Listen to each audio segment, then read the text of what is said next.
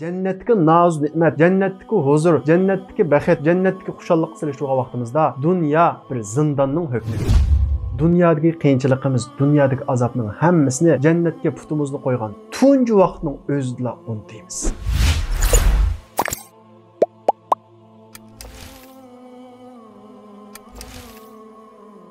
Biz ilgirki dersimiz deganimizdek cehennemning ustiga tortilgan pilsirat ko'rikidan munofiqlar o'tolmaydi. Mu'minlar bo'lsa dunyoda qilgan amaliga qarab farqli shaklda o'tadi. Ya'ni fosiqlari, gunohkorlar bo'lsa nihoyat qiynalib, azoblanib o'tadi. Taqvodor solihlar bo'lsa ko'zni yumib ochguncha saq salomat nihoyat tezlikda o'tib ketadi. Demak, bizning pilsirat ko'rikidan qanday o'tishimiz dunyoda qanday yashaganligimizga bog'liq bo'ladi. Allohning buyrug'iga itoat qilib, haqiqiy musulmondek yashagan bo'lsak, ko'zni yumib ochguncha saq salomat o'tib ketamiz. O'zimizni musulmon deb qo'yib Allah'ın buyruqlarına itaat qilmay, çekilgan ishlarini yanmay yaşagan bo'lsak, shuning uchun azoblanib, qiynalib o'tamiz. Shunda qilib pilsirat ko'rikidan ba'zimiz qiynalib, ba'zimiz saq salomat ko'zni yumib ochguncha o'tgandan keyin jannat bilan do'zaxning o'tirisidagi qintira degan joyga to'planamiz. Bu joyda musulmonlar birisi-birisidan ma'naviy va moddiy haqlarning qarshisida o'zining haqqini oladi. Ya'ni qul haqqi, mayli ma'naviy haq bo'lsin, mayli moddiy haq bo'lsin, uni na jihad, na shahidlik, na haj yolmaydi. Mana bu qintira degan joyda müminler birisi-birisinden maddi ve manevi haklarını, kısaslarını aladı. Peygamberimiz Muhammed aleyhisselam bu hakta İza halasal mu'minuna minen nar. Müminler dozaqdan qutulgandan keyin, ya'ni dozaqning ustiga tortilgan pilsirat ko'rikidan qutulgandan keyin hubisu bi qantarati baynal jannati wan nar. Dozaq bilan jannatning o'ttirisidagi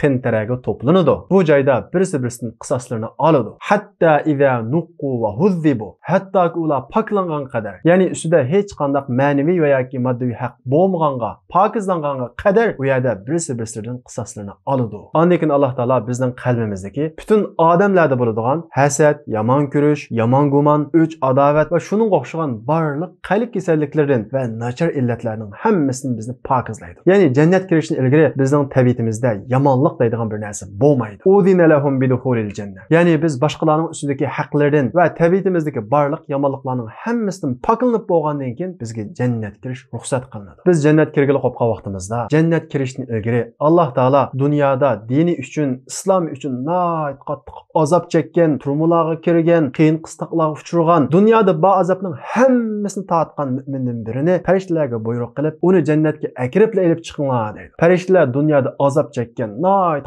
qattiq qiynalgan mu'minni jannatga akiribla yondirib elib chiqadi. Ondan keyin farishtalar u odamdan sen dunyoda bir qiyinchilik uchurdingmi deb so'raydi. U odam jannatga beshini tiqibli tatgandan keyinki shunchalik qisqa muddatda jannatni ko'rgan huzur, jannatdagi noz ne'matlarni ko'rib, yo'q, men dunyoda hech qanday qiyinchilik tatmabdi ekanman deb dunyoda tatgan qiyinchiliklarning hammasini unutdi. Demak, biz dunyoda dinimiz uchun, islomimiz uchun va yoki har xil musibat tufayli nurg'ulg'an qiyinchiliklarga uchrashimiz mumkin. Agar biz u qiyinchiliklarga sabr qilib, chidamchan bo'lsak, jannat kirgan vaqtimizda jannatdagi ozroqli huzur, ya'ni jannatga putimizni qo'ygan hamon dunyoda tatgan azoblarimizning hammasini unutamiz. Ya'ni jannatdagi u huzur, jannatdagi u baxt, jannatdagi u xushallik tatgan azoblarimizning hammasini unutildirdi. Xuddi tushimizda nihoyat qattiq qo'rqinchli bir tush kirib o'ygangandan keyin tushimizdagi qo'rqinchning hammasini unutganga o'xshash, dunyodagi qiyinchiligimiz, dunyodagi azobning hammasini jannatga putimizni qo'ygan tunji vaqtning o'zida unutamiz. Shuning uchun payg'ambarimiz Muhammad alayhissalom dunyo mu'minning zindoni deydi. Ya'ni jannatga noz ne'mat, jannatdagi huzur, jannatdagi baxt, jannatdagi xushallik silishtirgan vaqtimizda dunyo bir zindonning hukmida. Gerçi dunyoda biz eng baxtli yashagan taqdirdami, jannatga silishtirgan vaqtimizda dunyo zindonga o'xshaydi. Chunki dunyoda eng baxtli yashagan odammi qiyinchilikdan, musibatdan va ojizlikdan xoli bo'lmaydi. Eng boy odammi kasallaydi. Eng boy odammi turli ofatlarga uchraydi. Şuna cennet dunyoga silishtirgan vaqtida dunyo zindonga o'xshaydi. Ondan keyin Alloh taolo mu'minlarga jannat kirishga ruxsat qiladi. Shunday qilib mu'minlar to'p-to'p bo'lib jannat kiradi. Alloh taolo Qur'on Karimda vasiqallazina taqaw rabbahum ilal jannati zumara. Robbidan qo'rqqan, ya'ni Allohdan qo'rqqan, Allohdan qo'rqib Allohning buyruqlarini ijro qilgan, Alloh to'sqan, Alloh harom qilgan ishlardan o'zini tortgan kishilar jannatga to'p-to'p bo'lib mangdiriladi deydi. Ular jannatning oldiga kelgan vaqtida jannatning eshiklari ularga ochiladi. Farishtalar ularga Selamun aleykum. Tibtum fedhuluha halidin. Sizlarga amanlık bolsun. Tibtum, sizlar pak boldunlar. Üstünlardaki başkalarının hakkı elindi. Tabiatinglardaki barlıq yaman, nachar illetlerinin hemmesinden pakizlandinglar. Sizlar cennet kiringlar. Bu yerda mengu qalasizlar. Müminler cennet kirgandan keyin cennetdagi o'zining o'rnini, turalg'usini dunyodagi uydan bekrak tunaydi. Ya'ni Alloh taolo müminlarga har bir odamga cennetga turalg'usining nadligini ilhom qiladi. Yani xuddi burundan tatib esligen, ishtiyoq bog'lagan bir yerga borgandek uni darhol tepib oladi. Shundaqla mu'minlar jannat kirgandan keyin jannatga huzur, noz, ne'mat, xushallik va baxtning Alloh taolo Qur'on Karimda sifatlagandek dunyodagi narsalarga selishtirib bo'lmaydiganligi va dunyoda biz xushallik deb atagan ishlarning hammasining jannatdagi huzur, jannatdagi xushallikqa selishtirgan vaqtida hech qancha narsa emas ekanligini tunib yetadi. Shundaqla jannatga qadamini qo'ygandan boshlab dunyodagi qiyinchiliklari, dunyoda uchragan musibatlarning hammasini xuddi tushdikidek unutiblam ketadi. Shundaqla jannatda na qayg'urish, na g'am, na andisha, odamni bearam qiladigan hech qanday ishlar bo'lmaydi. Alloh taolo Qur'on Karimda ya ibadi la xawfun alaykumul yawma va la antum tahzanun. Ey meni iloh deb tunugan, mening buyruqlarimni ijro qilgan, men cheklagan ishlardan yongan bandalarim, bugun sizlarga hech qanday qo'rqinch, g'am, andisha yo'q deydi. Yani haqiqiy rohatga biz jannat kirgan vaqtda erishamiz. Shundaqla biz jannatda dunyoda biz ayrilgan bütün qarindoshlarimiz, ota-onalarimiz, bir tuqqanlarimiz, do'st yaronlarimiz bilan ko'rishamiz. Hammadan muhimi koinotning faxri, hayotida biz uning sunnatiga ergashdik, uning hadisiga amal qildik deb yashagan payg'ambarimiz Muhammad alayhissalom bilan yuz ko'rishamiz. Uningdan buyuk, uningdan katta bir ne'mat borki, u bo'lsa bizni yaratgan koinotning Robbi ulug' Allohni o'z ko'zimiz bilan ko'ramiz. Balkim dunyodagi eng cho'ng ne'mat bizni yaratgan, koinotni yaratgan Allohni ko'rish bo'lishi mumkin. Shundaqla jannatga noz ne'mat, yemak, ichmak, meva va barliq narsalarning hammasi garchi dunyoda biz ko'rgan narsalar bo'lsa-mu, uning ta'mi, uning lazzati asla o'xshamaydi. Shundaqla jannatda dunyoda biz ko'rib boqmagan, anglab boqmagan, tasavvur qilib boqmagan narsalar bor. Payg'ambarimiz Muhammad alayhissalom jannatni sifatliganda jannatda quloq anglab boqmagan, ko'z ko'rib boqmagan, qalbga kechib boqmagan narsalar bor deydi. Ya'ni insonning tasavvurining sirtidagi inson ko'z xushal bo'ladigan, baxt his qiladigan, lazzat oladigan narsalar bor. Ya'ni jannatda Alloh taolo Qur'on Karimda sifatligandek va fiha ma tashtahihil anfus, insonning ishtihasi, ko'ngli tatadigan narsalarning hammasi bor. Bizning dunyoda azob tortishimiz, g'am andishiga tushishimiz, qiyinchilik tortishimizning hammasining sababi nima bilamsiz?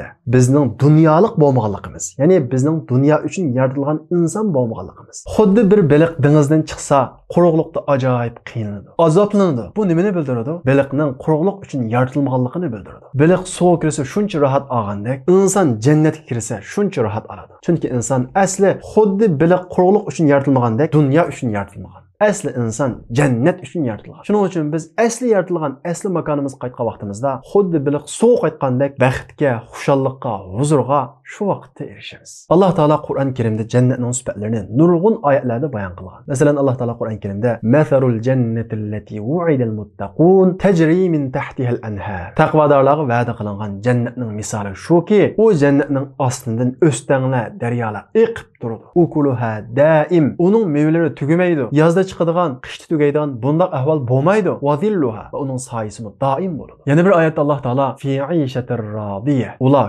ko'ngillik, o'zi rozi bo'ladigan bir turmushda bo'ladi. Fi jannatin 'aliya. Ustun jannatda bo'ladi. Ya'ni inson orzu qiladigan, erishni umid qiladigan ustun jannatda bo'ladi. Qutufuha daniya. Uning mevalarini o'ltug'andimi, o'rtug'andimi, yotgandimi ola oladi. Ya'ni jannatning mevalari jannat ahliga yaqin bo'ladi. Yana bir oyatda Alloh taolo fiha 'aynun jariya. Jannat iqib turadigan buloqlar bo'ladi. Fiha sururun marfu'a. U jannatda egiz qo'yilgan taxtlar bo'ladi. Qata tizilgan qadahlar bo'ladi. Ratli qo'yilgan yostiqlar bo'ladi. Isil bisatlar bo'ladi. Ya'ni jannatda odamning ko'ngli rozi bo'ladigan, ko'zi xursand bo'ladigan barliq ne'matlar bo'ladi. Jannatda dunyodagi o'xshash qanoatsizlik bo'lmaydi. Masalan, dunyoda bizda qanoatsizlik bor. Bir narsaga erishsak, yana birisiga erishishimiz keladi. Bir uy olsak, dachiga erishishimiz keladi. Mundaqroq mashinaga erishsak, uningdan ilg'orga erishishimiz keladi. Ammo jannatda qanoatsizlik bo'lmaydi. Erishgan narsada xushallik topadi, huzur his qiladi, qanoatmanlik his qiladi. Shundaqla jannat ahlining yuzida nur, qalbida cheksiz xushallik bo'ladi. Alloh taolo Qur'on Karimda "Va laqahum nadratan va surura." Ularning yuzida nur, qalbida xushallik bo'ladi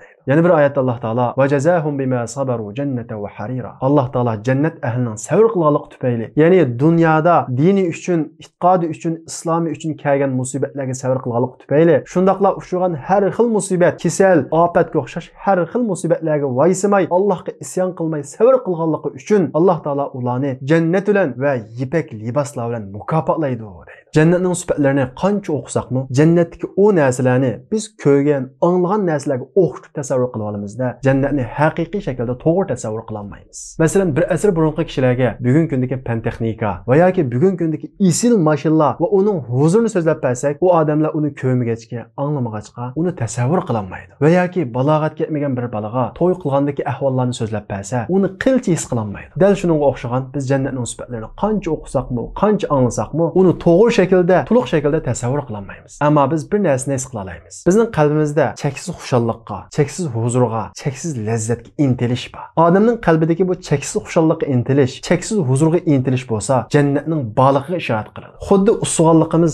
suning borligiga ishorat qilgandek, insonning qalbidagi cheksiz baxtga intilish, shundaqla dunyodagi huzur va xushalliqqa to'ymaslik, uni to'ydiradigan, uni cheksiz xushal qiladigan bir yerning borligiga ishorat qiladi. U bo'lsa-mu jannat. Yani bizning asli ana yurtimiz. Chunki jannatdagi hayot dunyodagi hayotga o'xshamaydigan butunlay boshqa bir hayot. Jannat ahlining bo'y turuqi, ya'ni bo'y egizligi, kiyim kichiki, yeydigan narsalarning ta'mi, huzuri, lazzati butunlay o'xshamaydi. Masalan, jannat ahlining bo'y egizligi Odam alayhissalomning bo'y egizligida bo'ladi. Odam alayhissalomning bo'y egizligi bo'lsa 62. Ya'ni jannat ahlining bo'y egizligi taxminan 45 metr atrofida bo'ladi. Payg'ambarimiz Muhammad alayhissalom bu haqda "Fakullu man yadkhulul janna ala surati Adam." Jannat kiradigan kishilarning hammasi Odamning siyoqida, Odamning shaklida bo'ladi deydi. Ya'ni Odam otamizning shaklida bo'ladi deydi. Ya'ni Odam otamiz ana shunday egiz yaratilgan. Ammo insoniyat tug'an siri vaqtning o'tishiga ergishib pakolab mangan. Payg'ambarimiz Muhammad alayhissalom hadisda "Falam yazilul xalqu yanqus hatta al-an." Kishilar, ya'ni insoniyat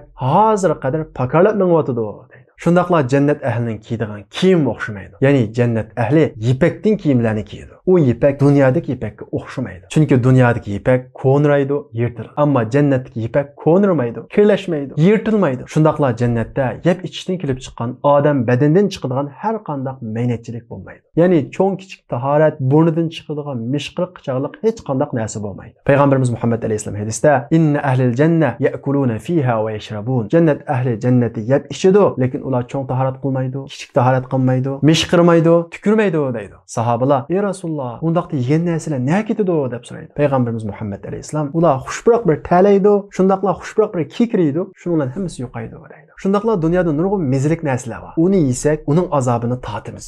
Yoki u narsalar bizga ziyon qiladi. Ammo jannatda yegimiz bor narsalarning hammasini qanchalik yesak, uning azobi bo'lmaydi. U badanimizga ziyon qilmaydi. Shundaqla jannatda dunyoda biz havas qilgan, umrimizda shundaq imoratlarda, shundaq oliy binolarda o'ltiramizmi deb havas qilgan oliy imoratlardan necha hissa oliy imoratlar bo'ladi. Alloh taolo Qur'on Karimda "Lahum ghurafun min fawqiha, ghurafun mabniyatun tajri min tahtiha al-anhar." Ular jannatda qavat oliy imoratlarda bo'ladi. U oliy imoratlarning ostidan o'stanglar, daryolar iqib turadi deydi. Demak, haqiqiy baxtga, haqiqiy huzurga erishmoqchi bo'lgan odam jannat uchun ishlasin. Eng oliy turmushda yashay. Shundaqla u oliy turmush o'lim bilan mening qulamdan ketmasin, mangulik qulamda qilib qolsin deguchilar ana shu jannat uchun ishlasin. O'ylab boqaylik. Dunyoda pul topdik, shuncha oliy yerda yashadik deylik. Qanchalik yashay olamiz? 40 yil, 50 yil, 60 yil. Mangulik qo'limizda to'maydi. Buning o'zila bizni bearam qiladi. Qayg'uga cho'mtiradi. Chunki biz erishgan u narsalar 40-50 yildan keyin boshqa insonlarning bo'ladi. Qo'limizdan chiqib ketadi.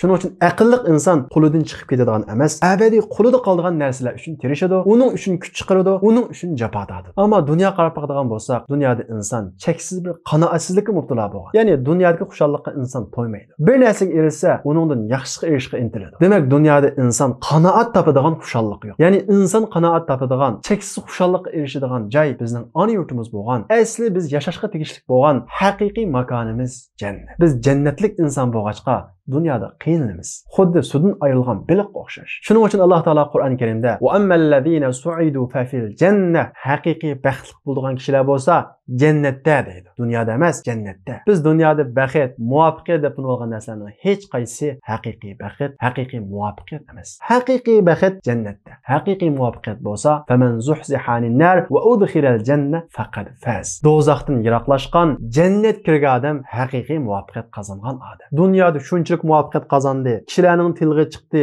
insoniyat uchun nurg'unlagan foydali narsalarni yaratdi, lekin o'lgandan keyingi abadiy hayotda, mangulik azobda, do'zaxda qolsa, buni qandoq utuq degili bo'lsin? Bu asla utuq emas. Shuning uchun shuni unutmasligimiz kerakki, dunyo Alloh taolo Qur'on Karimda degandek, "Va mal hayatud dunya illa mata'ul ghurur." Dunyo odamni aldaydigan narsalar bilan, odamni aldaydigan manfaatlar bilan to'shqan. Ya'ni dunyodagi narsalar odam diqqat qilmasa, o'ylanmasa, tafakkur qilmasa, aqlni ishlatmasa, odamni aldaydi. O'ziga mubtalo qiladi. Hayotning hammasi faqat mushu dunyodan iboratdeklar ko'rsatadi. Mana bizning imtihonimiz mushu yerda. Ya'ni biz bu imtihondan ikki narsadan qutulamiz. Biri vahiy bilan, ya'ni Qur'on Karim va hadis bilan, ikkinchisi aqlimiz bilan. Agar bizni dunyo aldab ketilib qolsa, o'ylanishimiz kerak. Tafakkur qilishimiz kerak. Dunyoga to'lgan bo'qlar kelyotidi. Yana bir tarafdan o'lib ketyotidi. Bir bo'lik kishilar jon tikib pul tepib, rahat farog'at yashadi, lekin u narsalarni qo'ldan ketdi. Bu ketish nega? Bu kelish nima uchun? Dunyodagi vazifamiz nima? Bu haqda o'ylangan vaqtimizda aqlimiz bizga,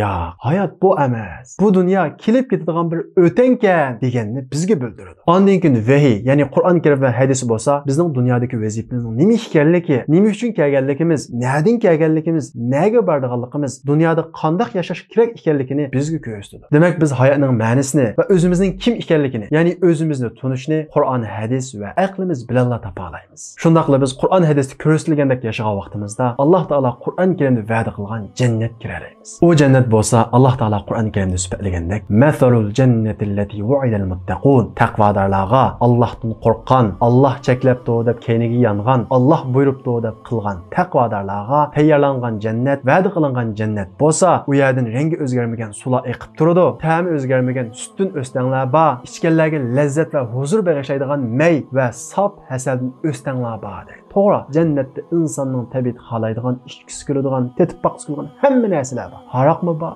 maymi bor. Ammo jannatdagi may, jannatdagi haroq bo'lsa, dunyodagi haroqdan lazzatlik, dunyodagi haroqdan tamlik. Ammo dunyodagi haroqqa o'xshash odamning aqliga yoki odamga jismoniy jihatda hech qanday ziyon solmaydi. Ya'ni insonning aqlini yo'g'ib olmaydi, mas qilmaydi. Insonga foydali, ammo huzur va lazzatlik maylar haroqlar bor. Jannat kirgan kishilar ana shu jannatda mangu qoladi. Mana bu buyuk utuq. Alloh taolo hammamizni o'zining jannatidan mahrum qilmasin. Dunyoga aldangan kishilardan qilmasin. Jannatni qo'ldan berib qo'ydigan, dunyoni deb jannatni qo'ldan berib qo'ydigan aqlsiz kishilardan qilmasin. Hammamizni Firdavs jannatiga kirishga muyassar qilsin. Ammo jannatda izdesakmi topqili bo'lmaydigan 10 xil narsa bor. Bu jannatda topilmaydigan narsalar bormi?